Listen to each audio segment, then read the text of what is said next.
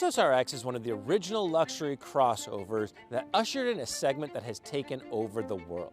Lexus has worked hard to keep it fresh with different powertrains and bold new looks, but is it enough to keep it relevant in a segment with so much competition? Let's take it for a spin and see what it gets right and where it misses the mark. For many years, Lexus stuck to a mild and conservative design in most of their vehicles in order to appeal to their loyal customers. But in the past decade or so, they've started to get a little bit more interesting and aggressive with their designs, both in the concepts that preview them and the actual models that have come to market. While the new Lexus grille gets its share of flack, I like its aggressiveness and all of the small, edgy, repeated design elements that carry over into the interior. With a driver-focused theme and a sporty, edgy, high-tech feel to the cabin that feels modern. Everything feels solid and well-built, except perhaps for the transmission shifter that feels a little flimsy and light because it's purely digital. As to the more practical aspects of the design, the Lexus RX is a 5-seat crossover, but it's on a mid-size platform, so it's plenty spacious for all of the seating positions and has decent cargo space. With the seats up, the trunk measures 838 liters, which is less than something like a Toyota RAV4, but it still seems fine for most of your average family needs. When you drop the rear seats down, it opens up to 1308 liters, which isn't a ton of space back there, but this also isn't meant to be a practical shuttle. This is a luxury vehicle. So what's more important is the accommodations for passengers. And the rear passengers have plenty of leg room, not so much headroom. The outer seats are quite comfortable, although the middle seat is raised with an armrest for a backrest, so it's not the most comfortable position in the middle. But the outboard seats have a nice sculpting to them, so you fit in them quite nicely. Meanwhile, the front seats also correspond to that more aggressive, sporty design, and they've got really good bolsters, and they've got a really nice shape to them that support me in all of the areas. So I really like these seats, and I appreciated them for all of the driving that we had to do. The seats promise some sportiness, but at the same time, this Lexus RX 500h isn't an AMG or an M vehicle or anything super sporty like that, so let's not get too worked up about it. While the RX 500h isn't on the same level as those high-performance models from Mercedes and BMW, it has enough power at least to get to 100 kilometers an hour in 6.2 seconds, which is pretty good for this segment. The RX 500h delivers that sprint thanks to a 367 horsepower and 406 pound-feet of torque powertrain that gets its juice from a 2.4-liter turbo 4-cylinder, as well as a small electric motor that adds that nice low-end torque. This RX gets going quickly from a standstill and picks up speed effectively on the highway. So it has all the bases covered. But this Turbo 4 does not sound great when you really push it hard.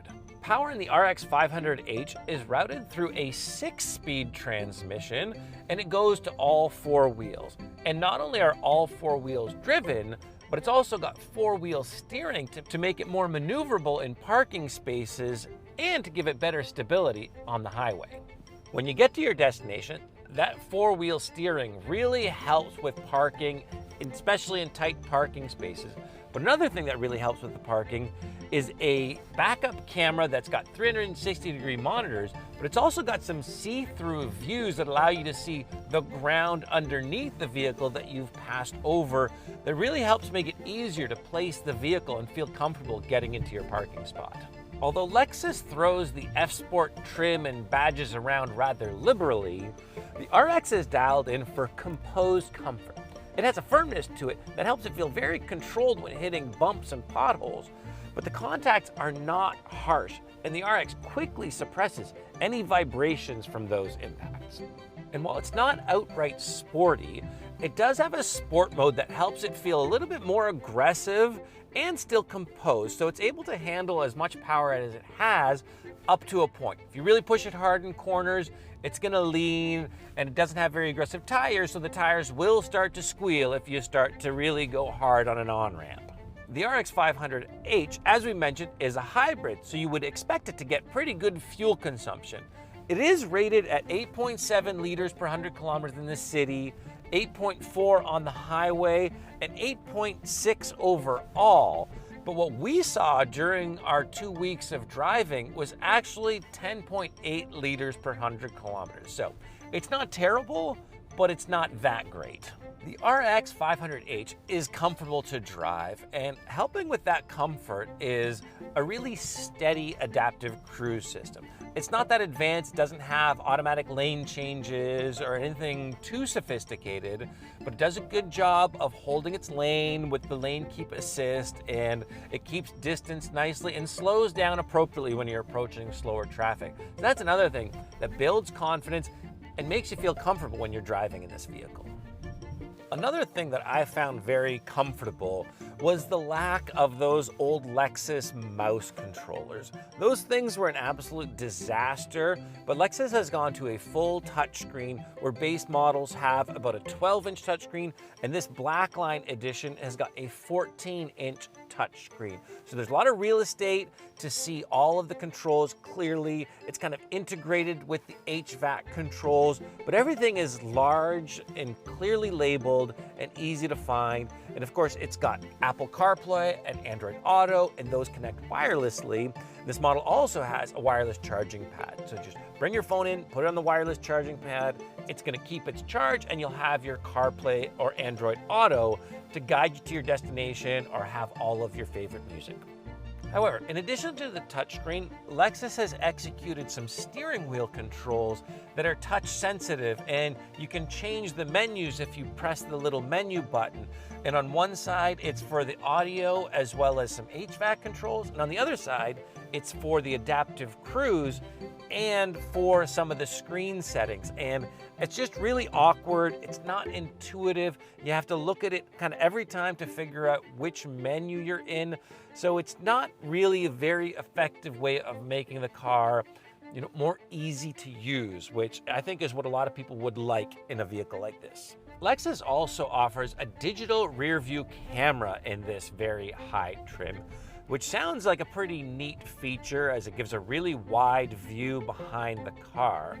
However, while Lexus is not alone in the problem with this system, it does create some problems for people with vision issues because of the way you need to refocus on the screen from looking out in the distance. You also pay a hefty premium for some of these highly desirable features in the Lexus RX. The RX 500h starts at $82,000, but then most of these features only come in a special Blackline edition trim, which is an extra $8,600. And it takes that in order for you to get the heated and ventilated front and rear seats, the wireless charger, that panoramic view monitor, a 14-inch touchscreen, those advanced touch steering controls that we don't even like, plus a really great 21-speaker Mark Levinson sound system. With that package bringing the total for this RX 500h to over $90,000, it is facing some serious competition. The Lexus RX 500h has all of the required elements to be a successful luxury crossover. From distinctive looks and a long list of content and tech, to a fine balance between comfort, practicality, and performance, plus that legendary Lexus reliability.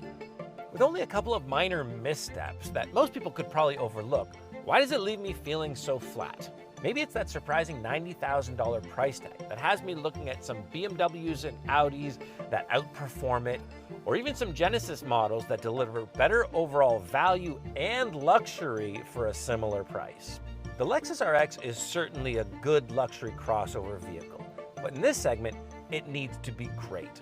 And other brands deliver better combinations of performance or value and luxury or prestige.